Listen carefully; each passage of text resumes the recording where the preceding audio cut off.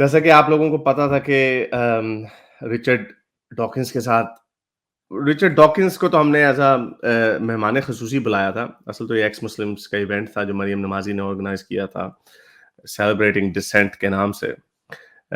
ये हर 2 साल में 1 दफ़ा करने का प्लान होता है, लेकिन चूँकि कोरोना की वजह से पिछले साल नहीं हो सका, तो इस साल हुआ और पिछली दफ़ा एम्स्टर्डम में हुआ था, 2019 में। फिर अब हुआ है 2022 में कोलोन में, जर्मनी में। तो वहाँ पे ये सैटरडे और संडे को वहीं पे था, जिसकी वजह से मैं संडे स्कूप नहीं कर सका। लेकिन ख़ैर वो सही तरीके से अंजाम पा गया और कोई मोमिन किसी मोमिन ने आके शरारत करने की कोशिश नहीं की, क्योंकि शायद वहाँ पे सिक्योरिटी थी। इस वजह से मोमिन ने कहा कि शायद ना ही पंगा लिया जाए तो बेहतर है, वरना फैंटी बहुत पड़नी थी। क्योंकि जब हम देखते हैं जितने भी मोमिन आते हैं, वो जिसकी अंगूठे के ऊपर 2 कान लगे हुए जैसी शक्ल है, हादी मतर की, जिसको इस वक़्त खूब उसने उसकी जेल में जहाँ पे वो बंद है, वहाँ से उसके रोने की ऊँची धाड़े मार-मार के रोने की आवाज़ें आ रही हैं, गाज़ी की। और उसको अफ़सोस इस बात का भी है कि अब वो 20-25 साल के लिए अंदर गया, वहाँ पे इसके साथ जेलों में अमरीकी जेलें बड़ी गंदी होती हैं, वहाँ पे जो उसके साथ होना तो होना है। सलमान रुश्दी को भी कुछ नहीं हुआ, वो भी बच गया। तो ये उसको बहुत बड़ा अफ़सोस है, यानी अल्लाह मियाँ बेचारे फिर भी कुछ नहीं कर सके, ना कड़ाका मार सकते हैं, ना कोई काबिल आदमी भेज सकते हैं अपने गुस्ताख से अपना बदला लेने के लिए, कुछ भी नहीं किया। तो असल उसका ये इनकी असलियत है बेसिकली, कि बुज़दिलों की तरह कोई इनसे और कोई सुई तक इजाद नहीं होती, कोई गाड़ी इनसे इजाद नहीं होती, बस एक चीज़ इजाद है इनसे कि कत्ल-ओ-गारत किस तरह करनी है, वो भी बूढ़े लोगों को जिनको पता नहीं है कि कोई कहाँ पे बैठा हुआ है, आके एकदम से छुरा मार दिया। बुज़दिल, डरपोक, मोमिन। तो ये इनके कारनामे हैं। तो खैर उसी तरह का हमारा बड़ा अच्छा इवेंट गुज़रा 2000 सैटरडे को भी हुआ, संडे को भी हुआ। एक फ़ोटो थी जिससे पता नहीं टुन्नियों को बहुत आग लगी हुई है, बहुत ज़्यादा आग लगी हुई है टुन्नियों को। मैंने कहा यार कोई इसमें इसमें जेलस होने वाली क्या बात है? लेकिन ख़ास टुन्नी, सारे नहीं नहीं हिंदू नहीं, ये इसलिए लोगों को समझ नहीं आती कि हम वो कहते हैं हम जब मैं टुन्नी कहता हूँ तो सारे हिंदुओं को टुन्नी वर्ड ही उन लोगों के लिए जो कि पागल हिंदुत्व की सोच में जो एक्सट्रीम लोग हैं, जो अपने मज़हब के नशे में धुत हैं। जैसे जिहादी होता है या जैसे हम कभी-कभार तंज़िया जिसको मोमिन बोलते हैं, तो उस तरह का टुन्नी। तो ये एक फ़ोटो है जिसके ऊपर कुछ टुन्नियों को बड़ी आग लगी हुई। यार वो पागल हो गए हैं। ये ये वाली फ़ोटो।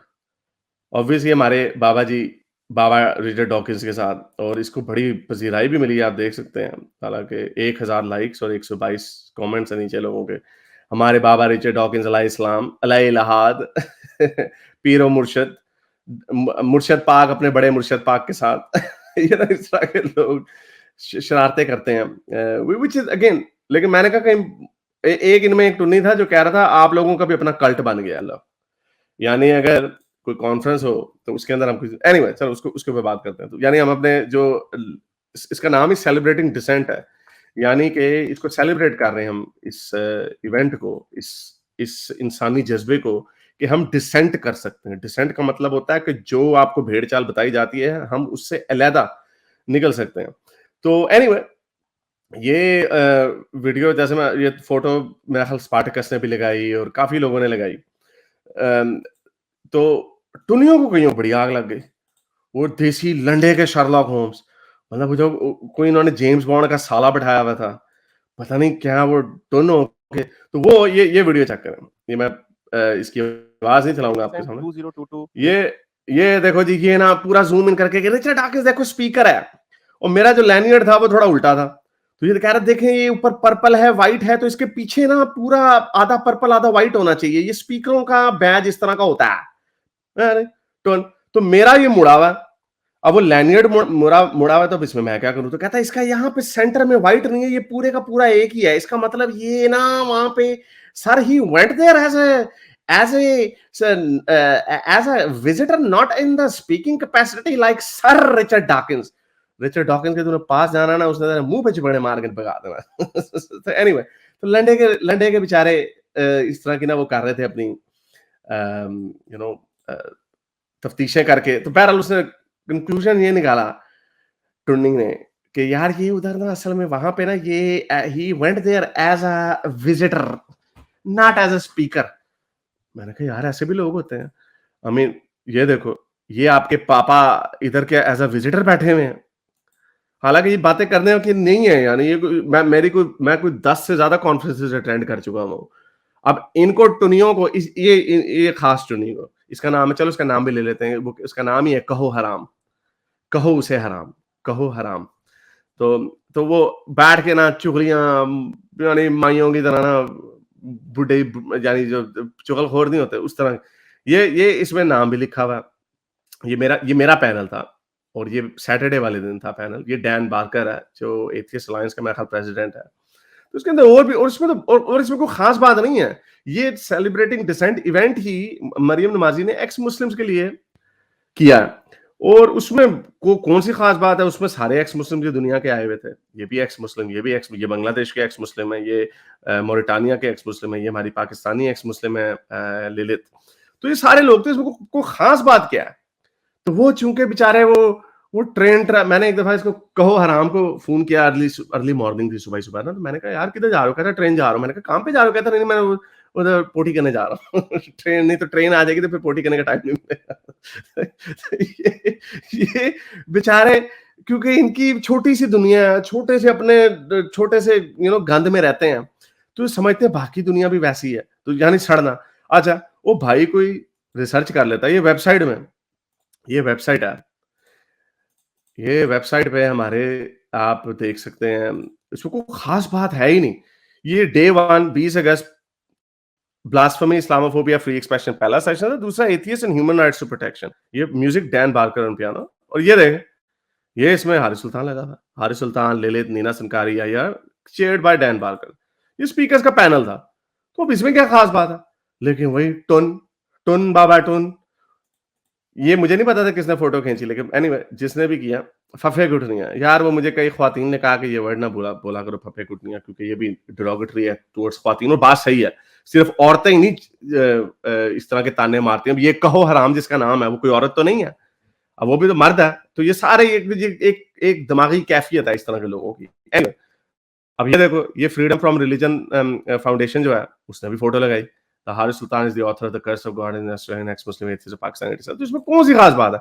अच्छा, फिर मेरे से क्या हुआ? ज़ाहिर बात है, क्योंकि मेरे लिए कोई खास चीज़ नहीं है कि वो लैनियर्ड हो, जो स्पीकर मैं, क्योंकि ये बेचारे पेंडू कहो हराम, जैसे उनको कोई मुँह लगाता नहीं, ना इनको सुनता है, ना कोई देखता। तो ये इन्होंने तो ना उसको फ्रेम करवा लेना था। तो मैंने फेंक दिया वो, ऑब्वियसली पिछले साल 2019 वाला भी वो भी फेंक दिया। इस तरह के जो लैनियर्ड होते हैं, वो बंदा फेंक देता है। मेरे लिए तो कोई खास बात नहीं है। और किसी के लिए भी नहीं, जो ये काम करता रहा, उसके किसी के लिए भी खास बात नहीं है। तो बहरहाल, ये नूरिया को फोटो मिल गई, और ये देख लो, ये स्पीकर लिखा हुआ है इसमें। अब ये, क्योंकि मुझे ये क्रॉप करनी पड़ी, क्योंकि इसमें और लोग भी हैं उनकी आइडेंटिटी के लिए, तो मुझे क्रॉप करनी पड़ी। तो ये आप इसको ट्विटर पे जाके देख सकते हैं। ये स्पीकर का बैज, बिल्कुल वही हारिस सुल्तान स्पीकर सेलिब्रेटिंग डिसेंट 2022।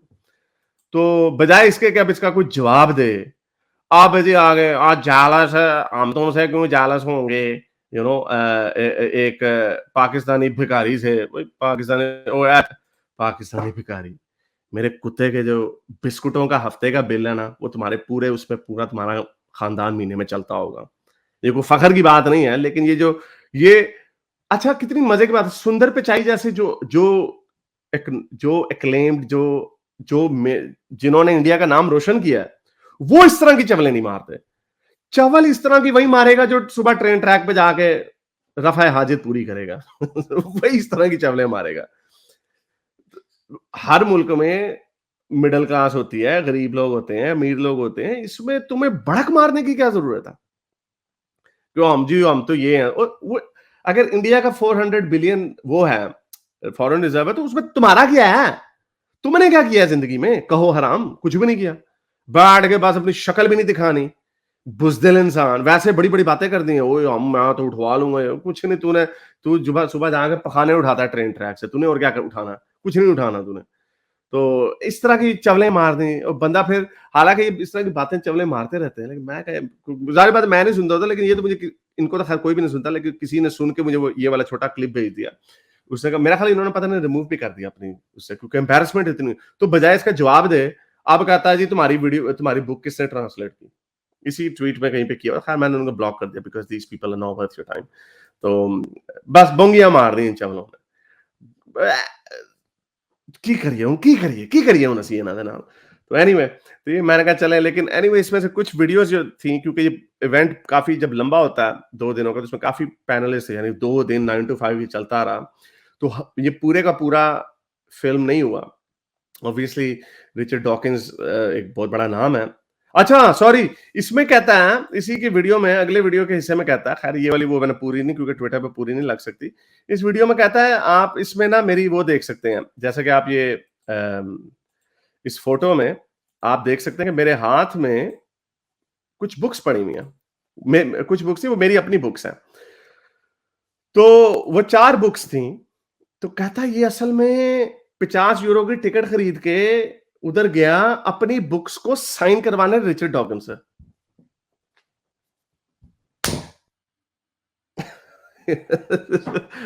ओए किसे तड़फते हुए साइंसदान दिया बच्चा।